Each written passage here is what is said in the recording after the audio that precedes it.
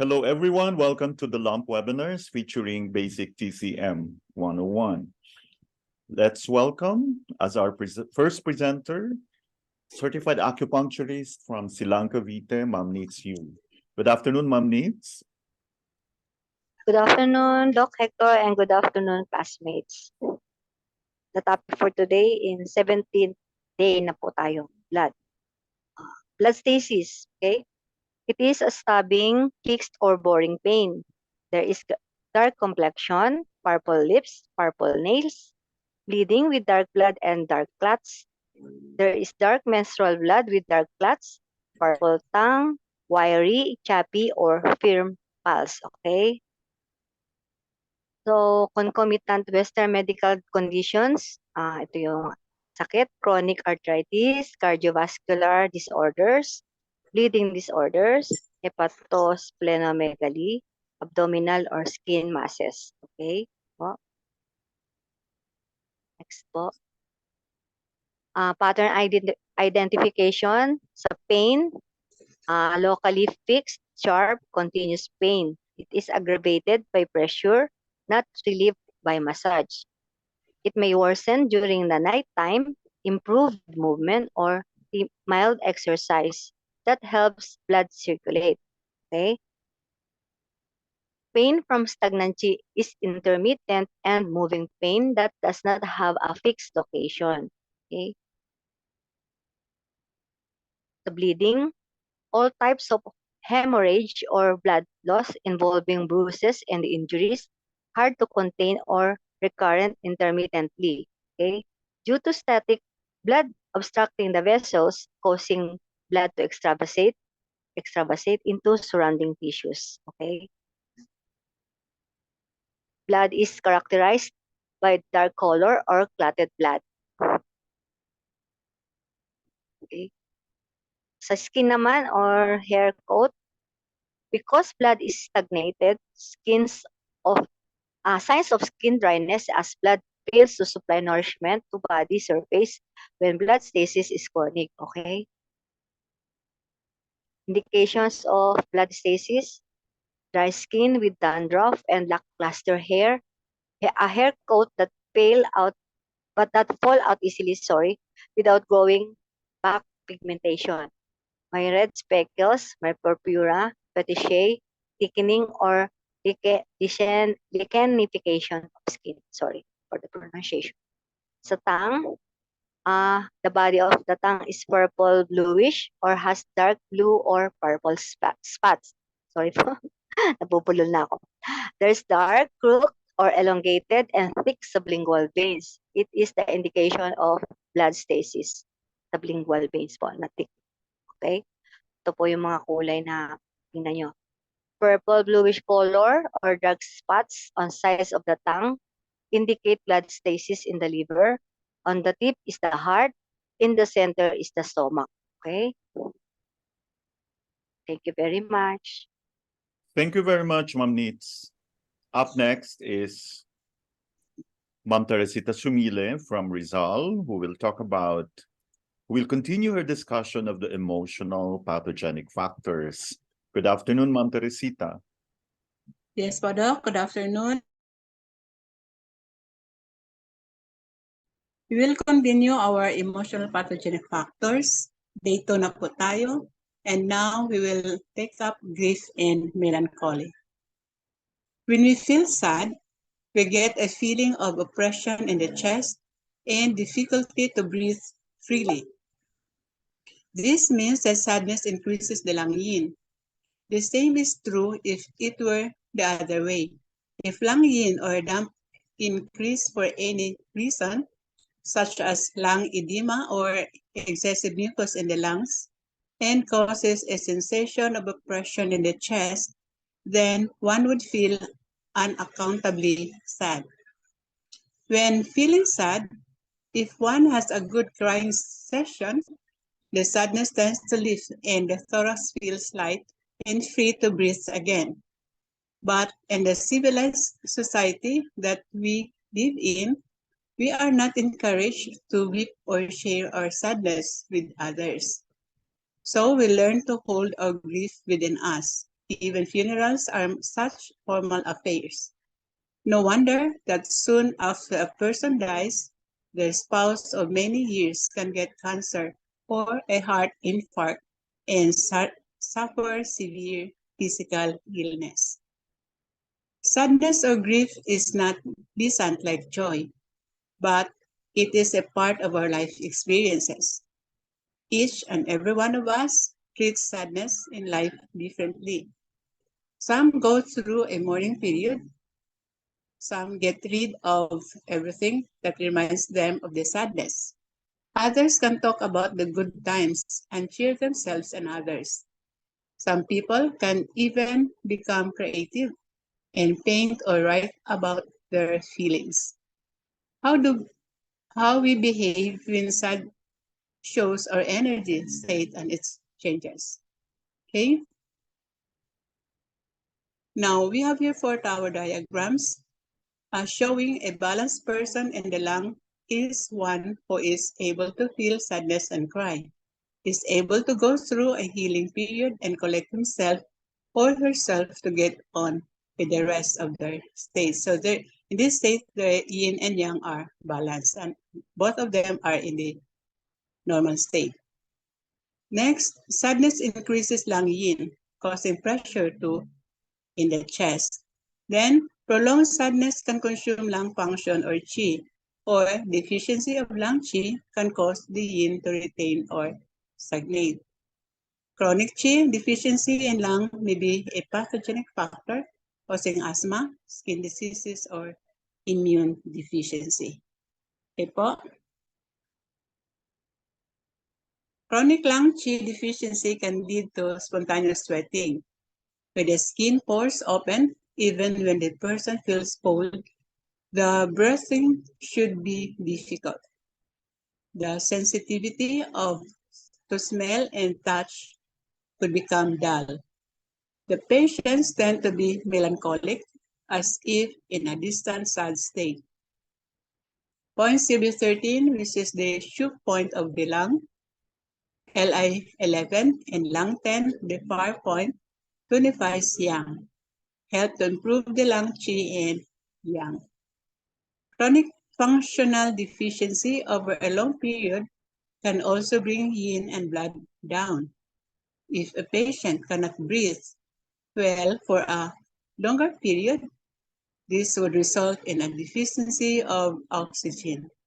Such patients are always sad and weeping does not seem to eliminate the sadness. We identify these patients by their frequent sniffles and a white handkerchief. No matter what you talk about, it will always bring the handkerchief out, and they don't cheer up even afterwards. So patients with this imbalance are often sad and cry easily and still feel sad. This is an endogenous sadness with no exterior cause at the present that provokes it. A combination of points to tonify lung yin is lung 1, the move point, and lung 9, tonification point, and lung yang, UB13, the bakshu point, and LI11, tonification point of coupled yang organ, will help this state. Thank you so much for your attention. Thank you very much, Ma'am Teresita.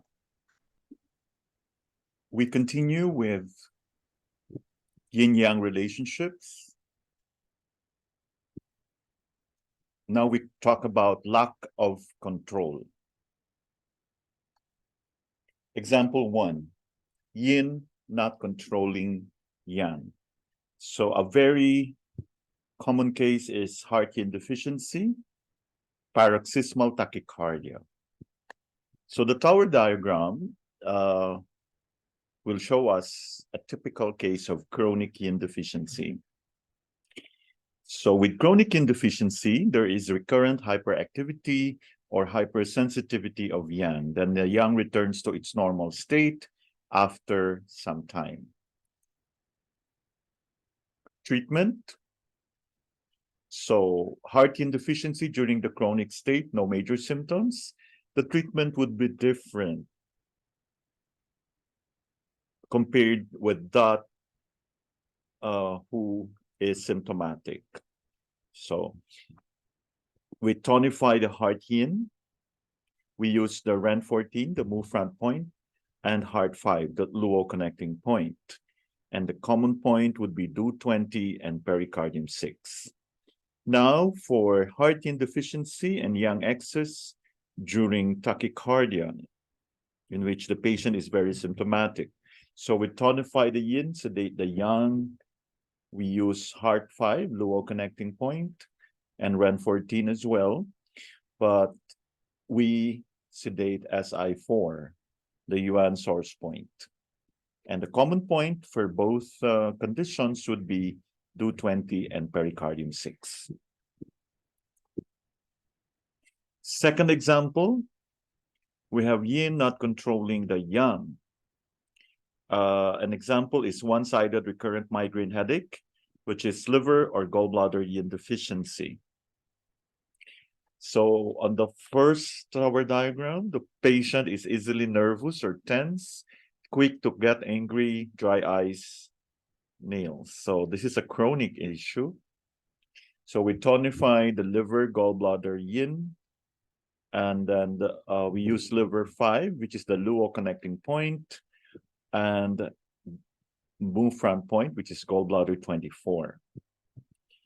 Now, if you have a strong headache, so we have here a symptomatic patient, photophobia, vomiting, sound irritability. So this is a person who hates, who is very sensitive to noises. So we tonify the yin and sedate the yang. So subacute. Now liver 5 is the luo connecting point.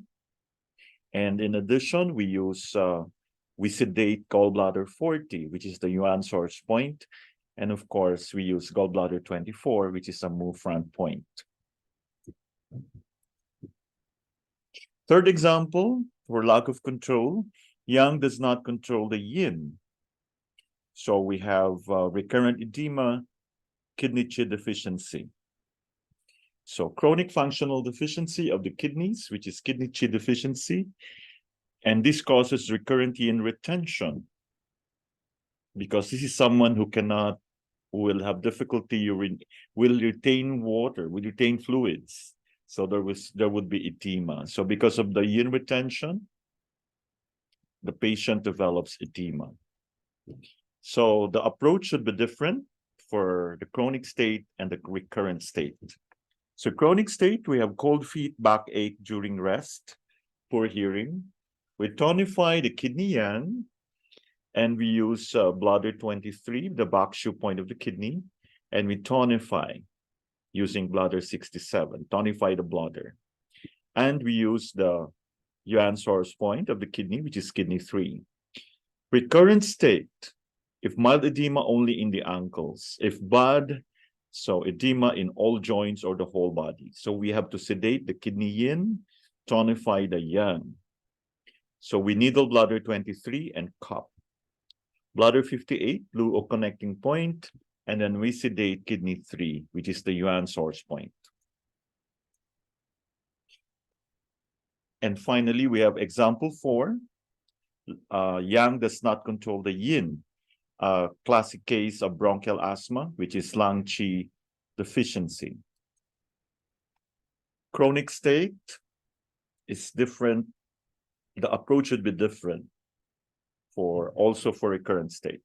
So for the chronic state, we have history of asthma in wet and cold weather, shallow breathing. And the patient would be easily breathless, poor sense of smell, low skin sensitivity, and melancholic. Treatment, tonify lung yang and qi. Then we use bladder 13, the back shoe point of the lung. And LI 11, lung 10, Ren 17, moxa. So for the recurrent state, cough and asthmatic breathing are worse at nights and early mornings in bed, congestion of chest, excessive frothy white mucus, excessive cold sweating, light-colored semi-solid stools. So we tonify lung, yang, and qi, sedate the yin, sedate lung 5, LI 6, luo connecting point, and the Bakshu point of the lung, which is the bladder 13, and stomach 40. So common points for both chronic state and recurrent state, we have pericardium 6, REN 22, extra 17, which is the Ding Chuan, the calming asthma point. Thank you very much. Then we go to the 5 elements. We are still on diseases of the fire element.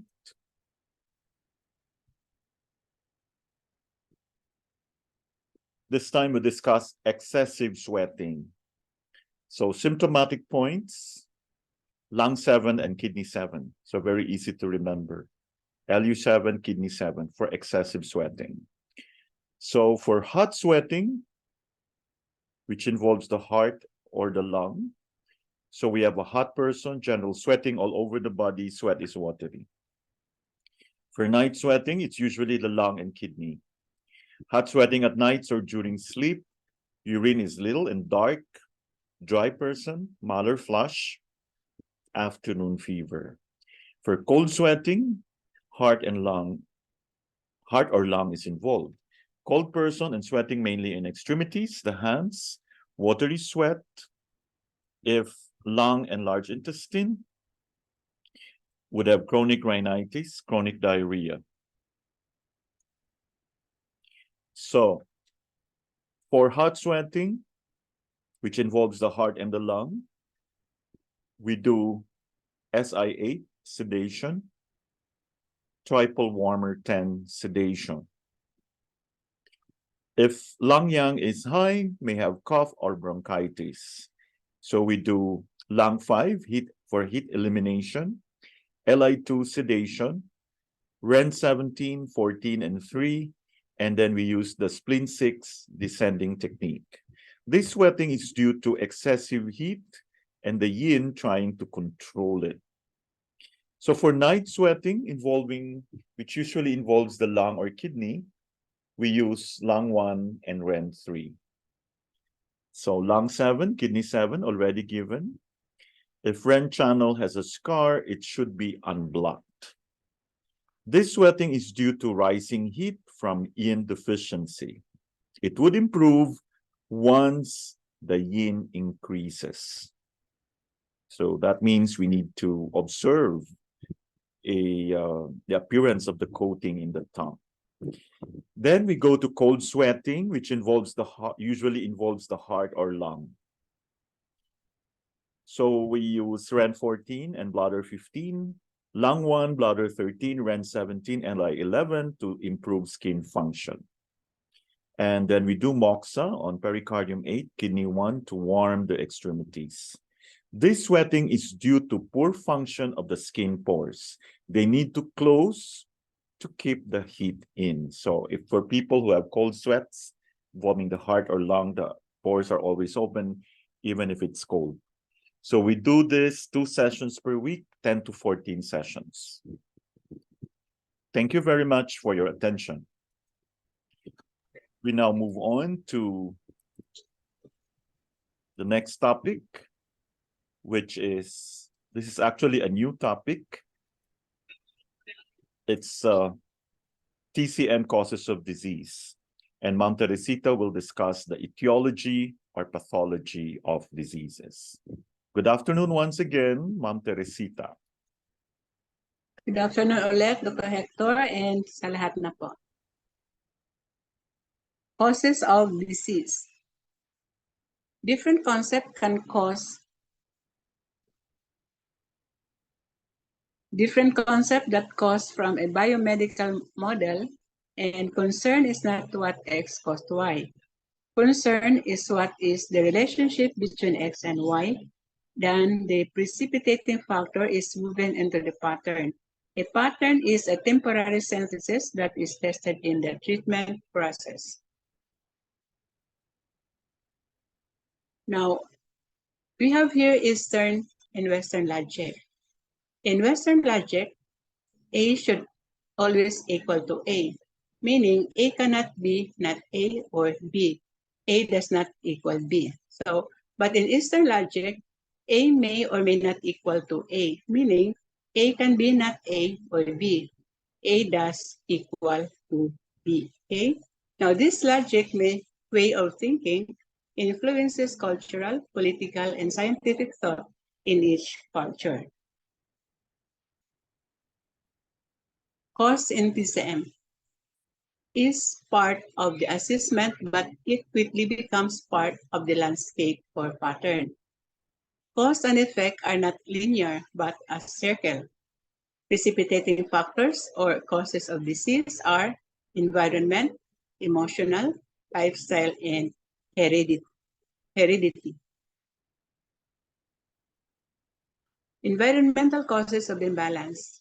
We have 6 pernicious influences.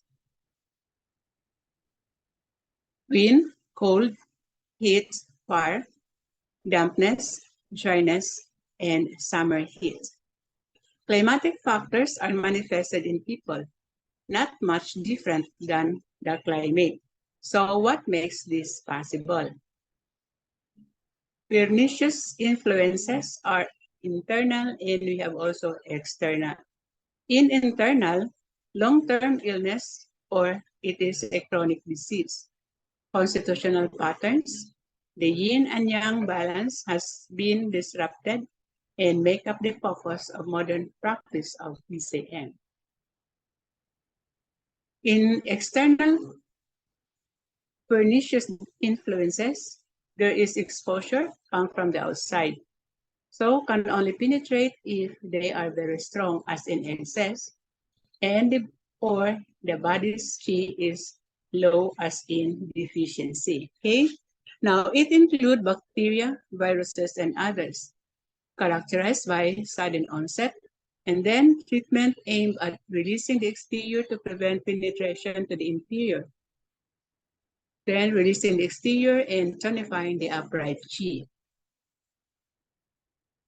Now let's go to Yin, a yang phenomenon.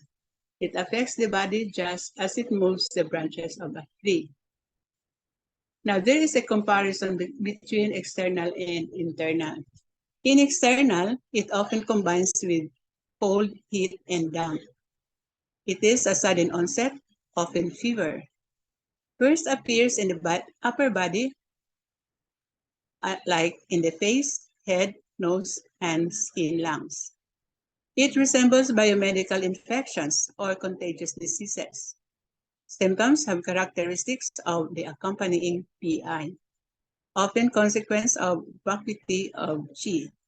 Now, sa external naman, chi of distorted movement. So there is tremors, shaking, convulsion,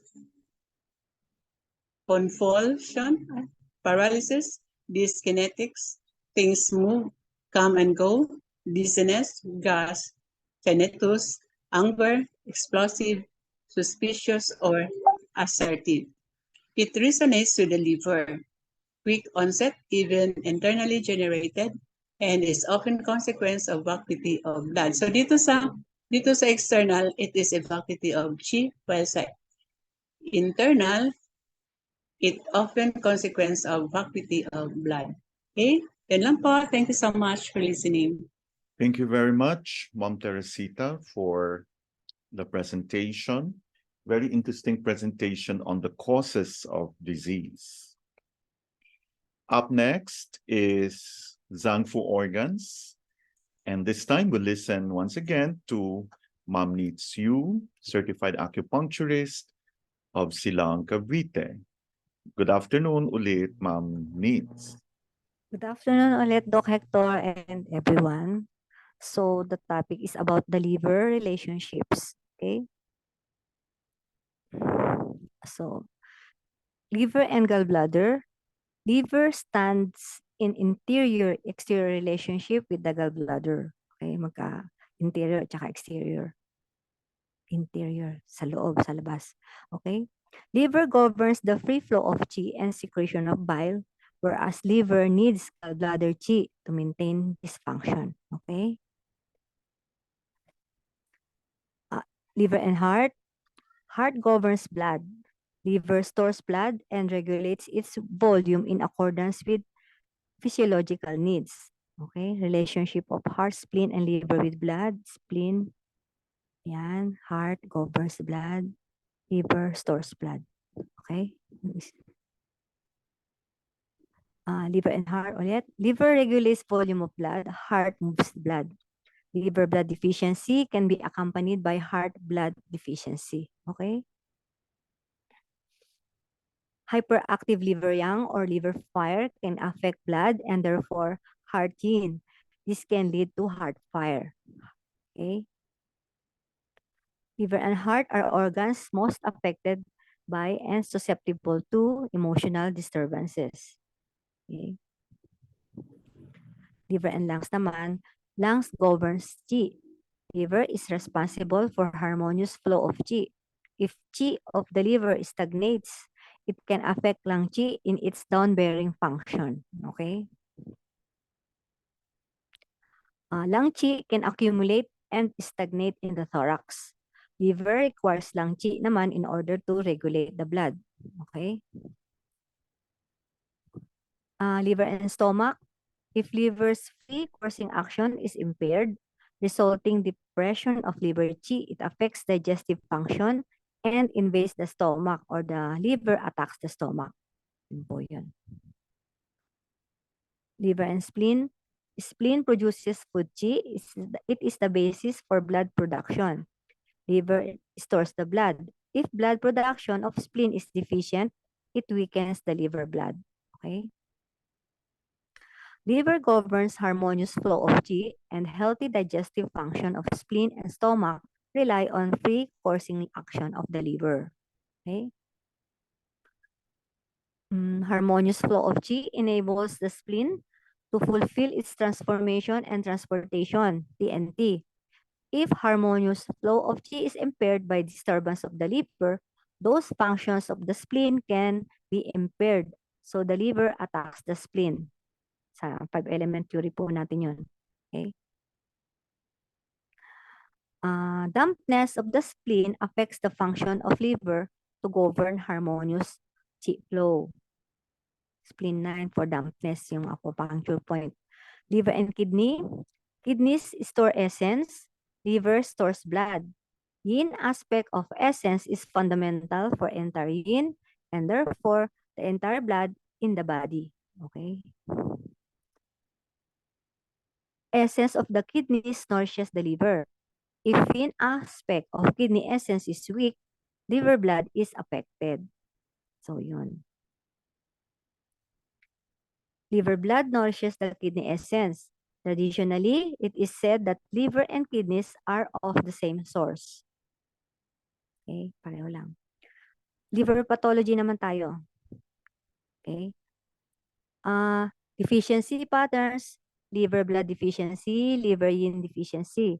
Sa excess patterns, liver qi stagnation, liver blood stagnation, liver wind, hyperactive liver yang, and liver fire. Okay?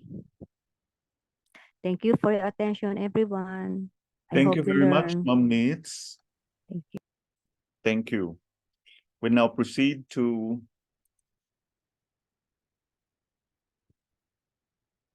diseases of the fire.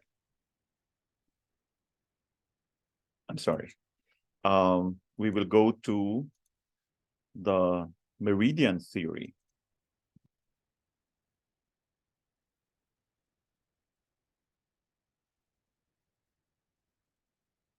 We will continue with the discussion of the spleen channel of food tie-in.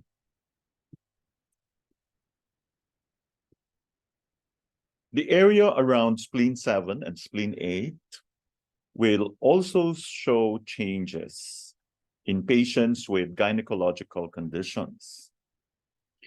This includes painful menstruation and irregular menstrual cycles.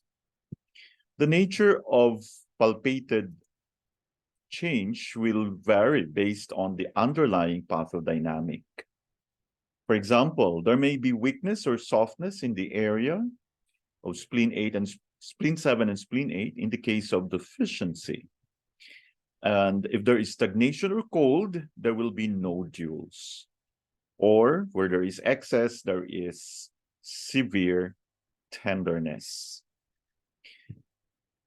Nodules may also be found in cases of uterine fibroids, ovarian cysts, and endometriosis. So if you would like to probably determine if there is a possibility of myoma, you might want to press the area around spleen 7 and spleen 8. In men, changes in this area are relatively rare. However, as the sheath cleft point of the spleen channel, spleen 8 will often be tender in cases of acute pain that involve the pathway of the spleen channel. So here you could see the location of spleen 7 and spleen 8. The area around spleen 9 will often show changes where there is deficiency.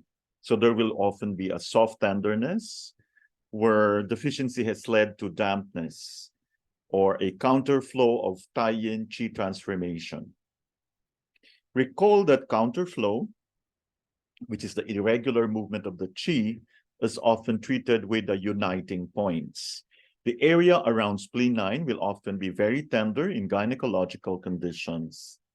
It is extremely tender in women before and during menopause. So for women out there who are menopausal, you might want to press the area around spleen 9. In such cases, the area can be treated with a strong draining technique.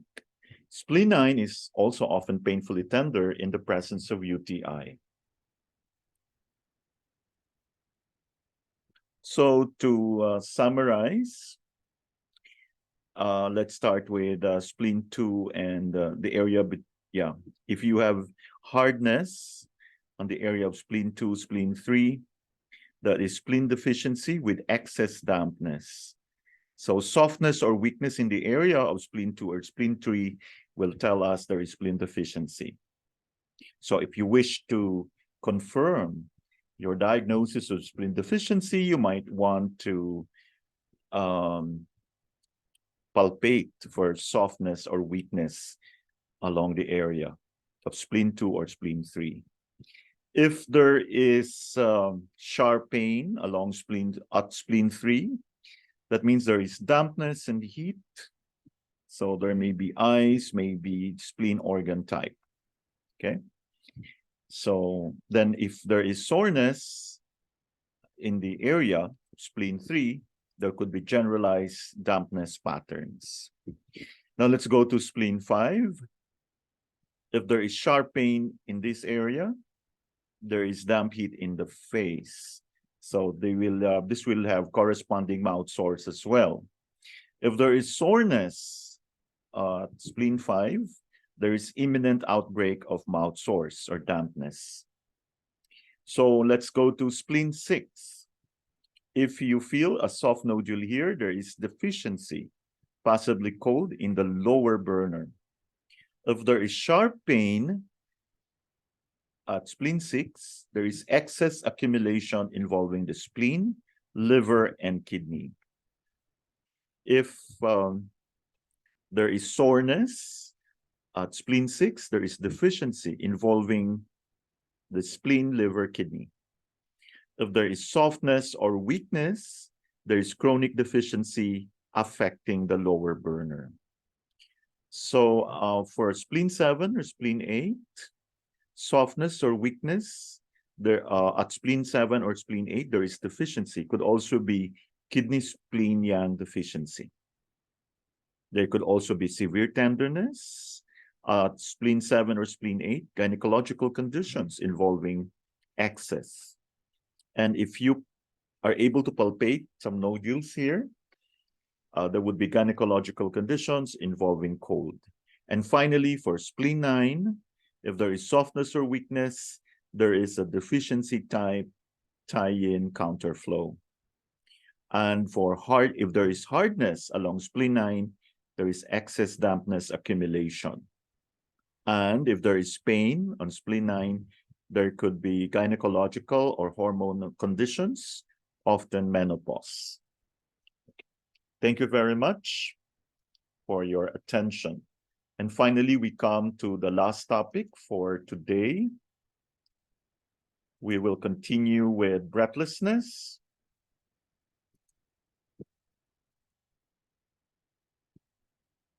Part 7, for identification of patterns and treatment. Case history. We have a 39-year-old woman who had suffered from breathlessness since age 4. She found it difficult to breathe in, sweated easily in the daytime, and usually felt cold. She tired easily and also suffered from allergic rhinitis. Her nose was almost always running with white mucus. She frequently sneezed when exposed to dust and to dogs or cats. She also had myoma in the uterus, which occasionally caused bleeding in between periods. Blood was not dark and there were no clots. Pulse was weak. Tongue was pale with swollen edges of the spleen type, a dirty coating all over, and 2 deep transversal cracks in the lung area. Breathlessness is also due to lung and kidney yang deficiency. It started in childhood with lung deficiency, most probably due to repeated invasions of wind not treated properly, as evidenced by the 2 transverse lung cracks. It later affected the kidneys, as well as becoming unable to grasp the qi. Spleen is also deficient, as evidenced by the tiredness, the swelling on the edges of the tongue, and the weak pulse. Symptoms of lung deficiency are breathlessness and daytime sweating. Difficulty in breathing is due to kidney deficiency. Besides this, there is also phlegm deriving from the deficiency of spleen, lungs, and kidneys. Phlegm can be observed in the swelling of the tongue, dirty tongue coating, and the myomas in the uterus, which could be due to stasis of blood, but this was not the case in this instance because the blood was not dark with clots. Treatment. In this case, the condition is internal, and we can treat both the root and the manifestation. Root, yang deficiency of spleen, lungs, and kidneys. Manifestation is the phlegm. We can tonify the body's qi on one hand, and on the other hand, one can resolve the phlegm. Woman was treated with acupuncture only with the following selection of points over a period of 8 months. Directing vessel, so lung 7 on the right, kidney 6 on the left. This combination of points opens the directing vessel or the consumption vessel, restores the sending of lung qi, and stimulates the grasping of qi by the kidneys. REN 12, REN 9, and stomach 40 to resolve phlegm. Stomach 36 and bladder 20 with needles, and moxa to warm and tonify the spleen. Bladder 13 and do 12 to tonify and warm the lungs. Bladder 23 and kidney 7 to tonify and warm the kidneys.